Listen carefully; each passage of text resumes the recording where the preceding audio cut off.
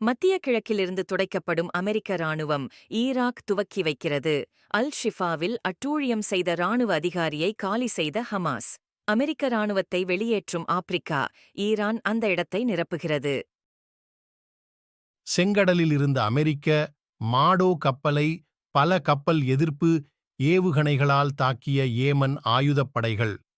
Israel பயங்கரவாதிகளால் ஆக்கிரமிக்கப்பட்ட தெற்கு பாலஸ்தீனத்தில் உள்ள அல் ரஷ்ராஷ் பகுதியில், அதாவது எய்லட் பகுதியில் இஸ்ரேலிய இலக்குகள் மீது பல கப்பல் ஏவுகணைகளை ஏவியது. அல் கஸ்ஸாம் பிரிகேட்ஸ் காசா நகரிலுள்ள அல் ஷிஃபா மருத்துவமனை அருகே யாசின் 105 ராக்கெட்டுகளுடன் 7 இராணுவ வாகனங்களை குறிவைத்து தாக்குதல் நடத்தப்பட்டது. காசா நகரில் உள்ள அல் ஷிஃபா மருத்துவமனைக்கு அருகில் உள்ள ஆக்கிரமிப்பு படையினரின் ஒரு குழுவை குறிவைத்து தாக்கியுள்ளது. அல் குத்ஸ் பிரிகேட்ஸ் படையணியினர் 107 மில்லி ராக்கெட்டுகளுடன் வடக்கு மத்திய பிராந்தியத்தில் நெட்சாரிமுக்கு மேற்கே இஸ்ரேல் பயங்கரவாத வீரர்களின் கூட்டங்கள் மீது ஷெல் தாக்குதல்கள் நடத்தியுள்ளனர்.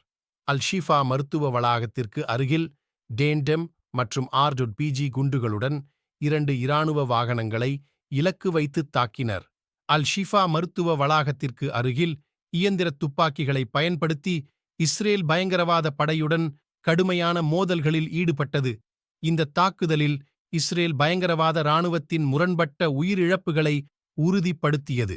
அல் அக்ஸா தியாகிகள் படையணியினர் காசா நகருக்கு மேற்கே உள்ள அல் ஷிஃபா மருத்துவமனைக்கு அருகில் இயந்திர துப்பாக்கிகள் மற்றும் ஆர்.பி.ஜி.க்களை பயன்படுத்தி இஸ்ரேல் பயங்கரவாத இராணுவ படைகள் மற்றும் அவர்களின் ஈராணுவ வாகனங்களுடன் கடுமையான மோதல்களில் ஈடுபட்டனர். வடமத்திய பிராந்தியத்தில் நெட்சாரிம் அச்சில் இஸ்ரேல் பயங்கரவாத இராணுவ படையினர் மற்றும் அவர்களின் இராணுவ வாகனங்கள் மீது மோர்ட்டர் குண்டுகள் வீசப்பட்டன.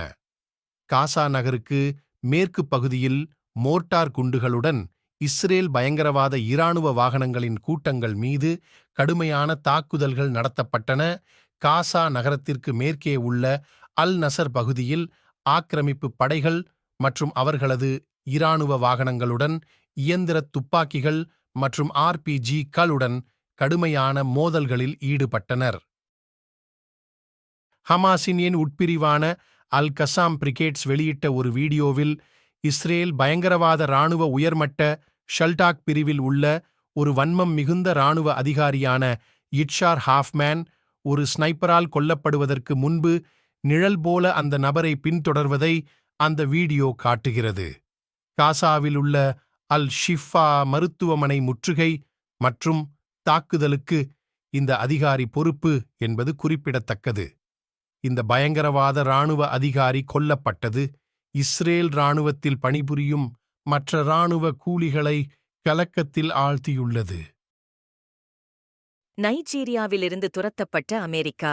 நைஜீரியா அமெரிக்க இராணுவத்தை வெளியேற்றிய பின்னர் சாஹெல் பகுதி முழுவதும் அமெரிக்க இராணுவ நடவடிக்கைகள் ஆபத்தில் உள்ளன. அமெரிக்க இராணுவம் நைஜரில் 2 இராணுவ தளங்களை இயக்குகிறது. இதில் மத்திய நைஜரில் அகாடஸ் அருகே $100 மில்லியன் அதிகமான செலவில் கட்டப்பட்ட ஏர்பேஸ் 201 என்று அழைக்கப்படும் ட்ரோன் தளமும் அடங்கும். பேஸ் 201 அமெரிக்காவின் மிகப்பெரிய மற்றும் மிகவும் விலையுயர்ந்த ட்ரோன் தளமாக கருதப்படுகிறது. அமெரிக்கப் படைகளை ஈராக் வெளியேற்றுவதில் முழு முனைப்போடு தனது செயல்பாடுகளை முடுக்கிவிட்டுள்ளது. ஈராக் அமெரிக்காவுக்கு ஒரு முக்கியமான இராணுவ இருப்பிடமாகும். இது காலி செய்யப்படும்போது மாபெரும் பின்னடைவுகளை சந்திக்க நேரிடும். ஈராக்கின் இந்த துணிவு கொண்ட செயல்பாடானது மத்திய கிழக்கு நாடுகளிலிருந்து அமெரிக்காவை வெளியேற்ற பல முஸ்லிம் நாடுகளுக்கு தைரியத்தை அளித்துள்ளது. அமெரிக்காவிலிருந்து வெளியேற்றும் இந்த அலை இப்போது தொடங்கிவிட்டது. இனி ஒன்றன்பின் ஒன்றாக மற்ற நாடுகளும் பின்தொடர அமெரிக்கா மத்திய கிழக்குப் பகுதியிலிருந்து முற்றிலுமாக துடைக்கப்படும் என்பது உறுதியாகத் தெரிகிறது. இஸ்ரேலிய ஆக்கிரமிப்பு இராணுவம் கடந்த 24 மணி நேரத்தில் காசா பகுதியில் 10 படுகொலைகளை செய்துள்ளது. இதில் 104 பேர் கொல்லப்பட்டுள்ளனர் என்று காசாவில் உள்ள சுகாதார அமைச்சகம் காசா பகுதி மீதான மிருகத்தனமான இஸ்ரேலிய ஆக்கிரமிப்பு குறித்து அதன் தினசரி புதுப்பிப்பில் தெரிவித்துள்ளது.